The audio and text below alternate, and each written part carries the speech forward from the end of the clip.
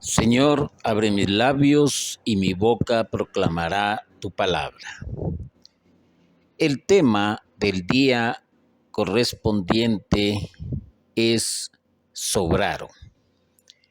Un título demasiado corto para muchos, pero que indudablemente llamará la atención también de un buen número de hermanos en la fe. Y partiendo de este título, pues vamos a hablar de un personaje muy importante que es el Hijo de Dios, cuyo nombre es Jesús, y Jesús llama. Indudablemente que Él llama. Está tocando a tu corazón todos los días por medio de la palabra de Dios, por medio de los sacramentos y por medio de acontecimientos en la historia de tu vida. Jesús siempre te está llamando por una sencilla razón.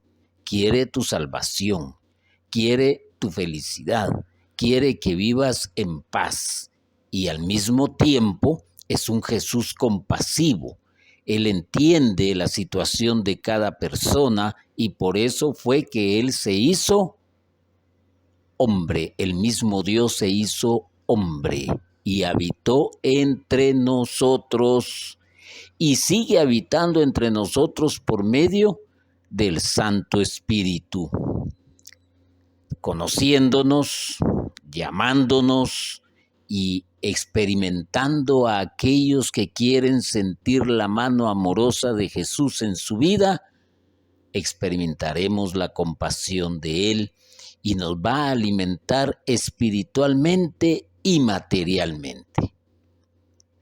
Nos alimenta espiritualmente porque Él mismo está presente en el altar, en el santísimo sacramento del altar y en la Sagrada Comunión. Cuando tomamos esa hostia en la misa, entendemos entonces que es el alimento espiritual que necesitamos y materialmente porque Él mismo dijo, buscad primero el reino de los cielos y lo demás se te dará por añadidura. Jesús, el Hijo de Dios, que nació de la Virgen María. Jesús llama. Jesús es compasivo. Jesús te da el alimento espiritual que necesitas y el alimento material también que necesitas. Recordémonos entonces de aquel momento en que Jesús está predicando y que la gente lleva ya aproximadamente 3 días escuchándole. Y Jesús no se queda inactivo, sino que llama a la acción. Y Jesús llama a sus discípulos y les dijo, siento compasión de la gente, porque hace ya 3 días que permanecen conmigo y no tienen que comer. Siente compasión de la gente. Ya les ha dado un alimento espiritual que es la palabra, que es el mensaje. Y la gente lo buscaba por ello, porque necesitaba de ese alimento espiritual. Pero ojo, Jesús sintió compasión y llama a aquellos que han estado con Él todo el tiempo y que representan a la iglesia. Y les dice, hace 3 días que permanecen conmigo. Imagínese usted, 3 días, un retiro prácticamente, llamémosle de esta manera, libre. Eligieron libremente escuchar a Jesús durante 3 días, alimentando su espíritu con palabras de sabiduría, recibiendo el mensaje de parte de Dios por medio de los labios de Jesús, y permanecían con Él. Pero ya el cuerpo pide, ya el cuerpo necesita, Ya necesitaban ese alimento que es necesario para restaurar la energía, que es necesario para mantener con vida el cuerpo. Entonces Jesús les dice, y no tienen que comer, es preocupante, es preocupante. Y lo entendió así, y por eso llama a sus discípulos. Y Jesús también, conociendo esto, dice, bueno, yo ya he terminado y no quiero despedirlos en ayunas, no sea que desfallezcan por el camino. Interesante, es lo que dije al iniciar este tema. Jesús llamó ¿a quién? A sus discípulos para que se pusieran en acción. Jesús se muestra compasivo porque entiende la necesidad de las personas que le están escuchando y que ya llevaban 3 días con él. Jesús ya les dio el alimento espiritual y ahora se preocupa por el alimento material. Y no quiere que se vayan sin comer, porque indudablemente iban a desfallecer en el camino. Esto quiere decir que no iban a tener energía para regresar, se iban a ver en penas para buscar qué llevarse a la boca, o probablemente algunos hasta se desmayarían en el camino. A esta acción pues surge inmediatamente una reacción de parte de, y le dicen los discípulos, miren cómo reacciona el ser humano cuando le falta dejarse descansar en la divina providencia, de no tener fe en cierto sentido. ¿Cómo hacer, cómo hacer esto? Es un desierto. ¿Cómo? Con un pan suficiente para saciar a una multitud tan grande. ¿Cómo hacerlo? Recordémonos que no había comida y que apenas habían unos cuantos panes y unos cuantos peces, y los discípulos en su lógica, ¿cómo haremos esto? Mira cuánta gente hay, es imposible, no tenemos. Y estamos prácticamente fuera del alcance quizás del poblado más cercano o de la tienda más cercana. Es un desierto. ¿Y cómo vamos a saciar el hambre de toda esta multitud tan grande con lo poco que tenemos? Pero es interesante ver cómo Jesús con sus manos hace el milagro de darle de comer a toda esta gente. Pero lo que me quiero centrar es en la reacción del pensamiento de los suyos, y lo mismo sucedió con este pueblo de Israel cuando sus antepasados caminaron por el desierto y no tenían qué comer ya. Pero Dios en su divina misericordia y en su providencia les envió un pan suficiente para saciar a una multitud tan grande como era el pueblo de Israel que andaba caminando por el desierto. Y hoy, en este pasaje bíblico, se repite esa historia.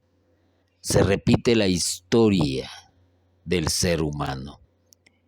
Y es Jesús que con sus manos eleva lo que tiene al cielo, lo bendice y dice: repartan, ante la reacción de los discípulos, que pensaron como hay que pensar, con un razonamiento humano, con una lógica humana. Esto trae a la memoria aquello que decían las abuelas cuando llegaba alguien sorpresivamente y justamente a la hora del almuerzo y entonces decía, échenle más agua al caldo para que alcanzara. Es un decir. Pero ¿qué quiero decir con esto? Que cuando hay buena voluntad y que cuando se pone todo en las manos del Señor, alcanza y probablemente hasta sobre. Hay también algunos teólogos que ponen en duda esta narrativa del Evangelio, del milagro que sucedió en ese entonces y que prefieren verlo como que todos llevaban comida escondida y que cuando se dio el momento de comer pues empiezan a sacar lo propio y comen. Aquí se desvirtúa de una u otra manera ese milagro y hacen ver que el milagro es que las gentes empezaron a comer de lo que tenían y que lógico nadie se quedó sin hambre, incluyendo mujeres y niños. Pero aquí hay algo más importante. Y de los trozos sobrantes recogieron 7 espuertas llenas. ¿Qué quiere decir esto? Nosotros le llamamos cestos. Algunos les llamarán canastos. A otros recipientes. Pero serán espuertas. Y allí recogieron sobrantes y fueron 7. Sobró, se dio la multiplicación de los alimentos, todos se saciaron y eran más de 5,000 almas, porque solo se tomaron en cuenta, según las escrituras, hombres, sin contar mujeres y sin contar niños. Pero el Catecismo de la Iglesia Católica, en su numeral 1335, también nos dice los milagros de la multiplicación de los panes, cuando el Señor dijo la bendición, partió y distribuyó los panes por medio de sus discípulos para alimentar a la multitud, prefiguran la sobreabundancia de este único pan de su Eucaristía. Su cuerpo, aquel que le dijo a los apóstoles, coman de este pan que es mi cuerpo. Ese cuerpo, usted no sabe cuál era la estatura de Jesús, cuál era su peso, pero indudablemente que no iba a alcanzar para alimentar a millones de personas en todo el mundo. Pero se da el milagro en la sobreabundancia de la Eucaristía. ¿Cuántos millones de católicos comulgan? Y no falta el pan, no falta el alimento espiritual no falta, y les aseguro que tampoco falta el alimento material, y el Catecismo de la Iglesia Católica no desmiente la multiplicación de los panes. Pero algo muy importante acá, con ese poco que había, ¿qué es lo que hace Jesús? Los bendijo, los bendijo. Quiere decir con esto que cada vez que tú lleves a tu mesa el pan de cada día, bendice también al Señor y bendice esos alimentos para que nunca sobre el pan sobre la mesa. Hoy podrían ser tortillas, por ejemplo, o podrían ser tacos, lo que tú quieras, pero es el fruto de la tierra. ¿Y qué es lo que hizo Jesús? Pues partió y distribuyó los panes. ¿Por medio de quién? ¿Por medio de quién? No fue el mismo Jesús que se puso a distribuir panes a 5,000 personas, no. Fue por medio de sus discípulos para alimentar a la multitud. Fue por medio de la iglesia, los sacerdotes, los diáconos, los ministros de la Eucaristía, que son los que retoman esa acción que sucedió hace más de 2000 años. ¿Para qué? Para alimentar a la multitud. Esa multitud hambrienta, esa multitud sedienta, esa multitud con ganas de alimentarse espiritualmente, y ahí se da nuevamente la sobreabundancia de este único pan de su Eucaristía. Y póngale atención a esto. Bendice, eso es lo que dice el sacerdote. Y al bendecir la hostia que prefigura el pan y que después se convierte en el cuerpo de Cristo, es bendecir para que haya multitud, para que haya sobreabundancia, para que alcance para todos. ¿Y qué procede a hacer después el sacerdote?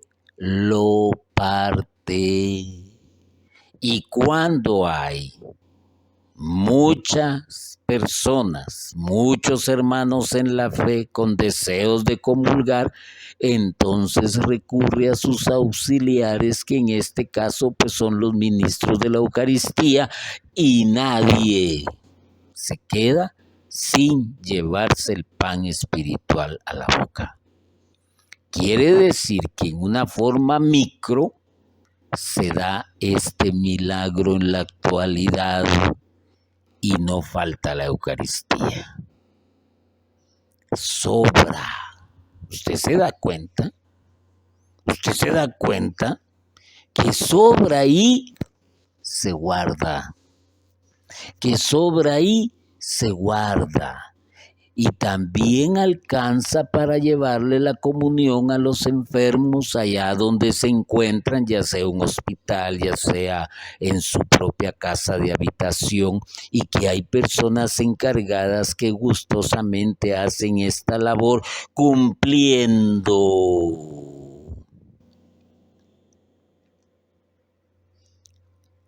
lo que Jesús pide, que es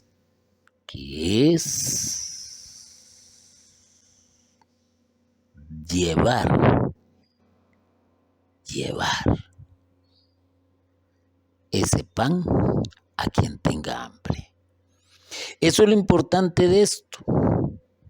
Y aquí lo que actuó también y que jugó un papel muy importante, pues son las manos de Jesús.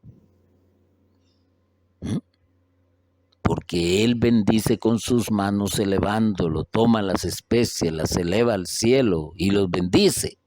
Ahí bendice al Padre. Y con sus manos parte el pan. Entonces es de ponerse a pensar, como dijo alguien, que en un momento cierra los ojos y piensa en las manos de Jesús, fuertes y vigorosas, de carpintero, por el oficio que él ejercía, y al mismo tiempo tiernas cuando acariciaba a un niño o limpiaba una lágrima de las mejillas, quizás de aquellos que sufrían, quizás de aquellos que no encontraban consuelo, pero en especial de la Virgen María. Manos que extendían respetuosas los rollos de las escrituras de la sinagoga. Recordémonos que Jesús era un conocedor de las escrituras y que nos presenta también un pasaje bíblico cuando le dan el rollo y él extiende ese rollo, y ese rollo se veneraba, se respetaba. Dedos que enfatizaban sus palabras o escribían sobre la arena. Todo esto nosotros, pues, que estamos acostumbrados a leer los evangelios y que le ponemos la debida atención a las lecturas, pues sabemos que esto sucedió. Las manos de Jesús bendecían, partían el pan, incluso lo multiplicaba. que es lo que estamos hablando en este pasaje bíblico y que es también lo que nos menciona el Catecismo de la Iglesia Católica en su numeral 1335. Eran manos que curaban y resucitaban. Y esto lo sabemos. Curó a los leprosos, curó al ciego. Y resucitó a aquel hijo de la viuda. Y resucitó a Lázaro. Podían expresar enojo con los mercaderes en el templo y ternura con los enfermos que llegaban a él. Esas manos de Jesús, esas mismas manos que hicieron que sobraran 7 puertas, esas mismas manos que partieron el pan, esas mismas manos que dieron en la última cena el pan a sus discípulos.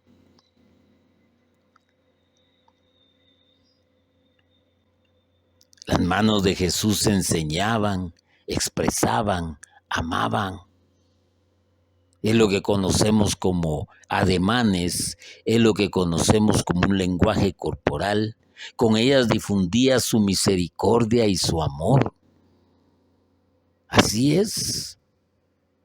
Los evangelios nos lo narran, como cuando carga a los niños, cuando consuela a las personas que sufren dolor, que tienen sufrimiento físico, espiritual, mental. Eran manos que entregaban incesantemente, eran manos orantes cuando él subía al monte a conversar con su padre en la madrugada. Y él tenía esa costumbre de conversar con su papá por medio de la oración. Es fácil entonces sentirse compasivo o algo que se pueda remover en nuestro interior ante las manos dolorosas de Jesús. Pero, ¿por qué no podemos ver con tanta claridad sus manos gloriosas? Tal vez porque nos es más familiar el dolor. Sin embargo, piensa en el momento en el que Jesús venció a la muerte, cuando resucitó. ¡Qué instante! No lo podemos imaginar. El sepulcro imprevistamente iluminado, como una explosión, y todos los ángeles venidos del cielo para ser testigos del momento anunciado desde siempre. Y las manos de Jesús con una vida como nunca antes habían tenido, apartando el sudario, manos con llagas, pero qué hermosas y resplandecientes, y cuánto amor rebosando en las heridas, manos vivas, que volverían a bendecir, cortar y repartir el pan, y que tal vez harían una seña de hasta pronto a los apóstoles en la ascensión de Jesús al cielo. Usted se preguntará, bueno, mejor le hubiera dado el título de las manos en lugar de sobraron. Momento. Es que todo lo que haces con tus manos puede incluso hacer que sobre mucho, que sobre amor, que sobre caridad, que sobre ternura, que sobre compasión, porque son tus manos también las que demuestran cuánto estás dispuesto a dar. Frente al Santísimo Sacramento, uno podría preguntarse, ¿y dónde están ahora las manos de Jesús? Que lo tenemos escondido en un pedacito de pan. ¿Dónde están las manos? Te vas a sorprender de la respuesta. ¿Dónde están las manos? Pero te voy a dar una ayuda. Jesús llamó a sus discípulos. ¿Y con qué llevaron ellos o le presentaron a Jesús lo que había? Con sus manos. ¿Y con qué repartieron lo que Jesús había multiplicado? Con sus manos. ¿Y con qué llevaban las espuertas para repartir entre la multitud? Con sus manos. Se va entendiendo. y todo lo que hagas con tus manos puede sobrar para mucho. No diré nada nuevo, no lo voy a decir definitivamente. Observa tus manos. Esas manos pueden ser orantes, dar misericordia, ser enérgicas, ser sensibles, ser amorosas. Esas manos que tú te estás viendo pueden volver a abrir las escrituras respetuosamente y escribir sobre la arena, sobre el desierto de la vida de muchos. Sí, parecen tus manos, pero Jesús quiere usarlas y son en realidad de Él. De Él son.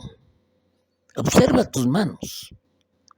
También pueden ser enérgicas, orantes, sensibles, amorosas, siempre y cuando tú lo permitas.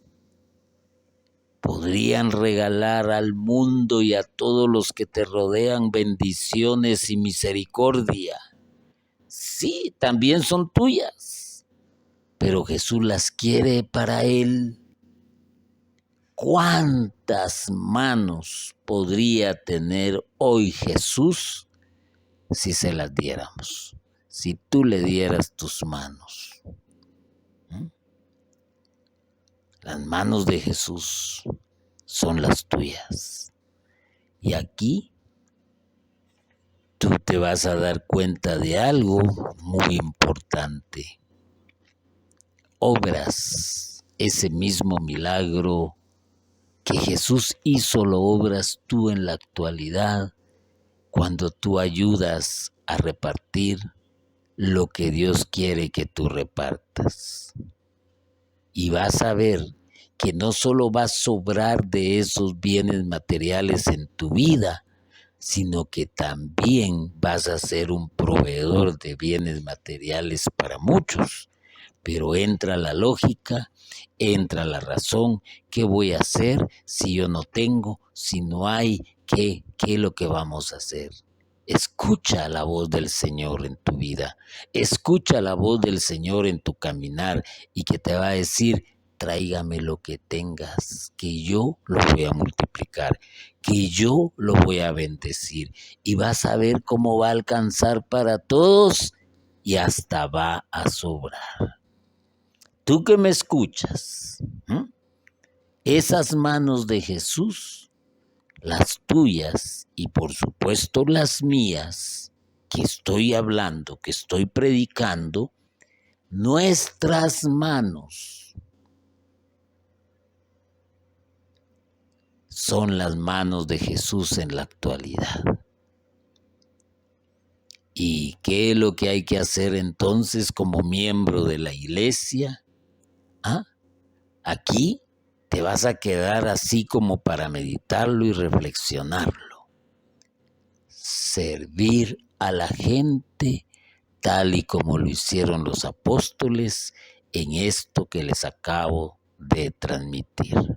Bendito y alabado sea Jesucristo por siempre. Amén.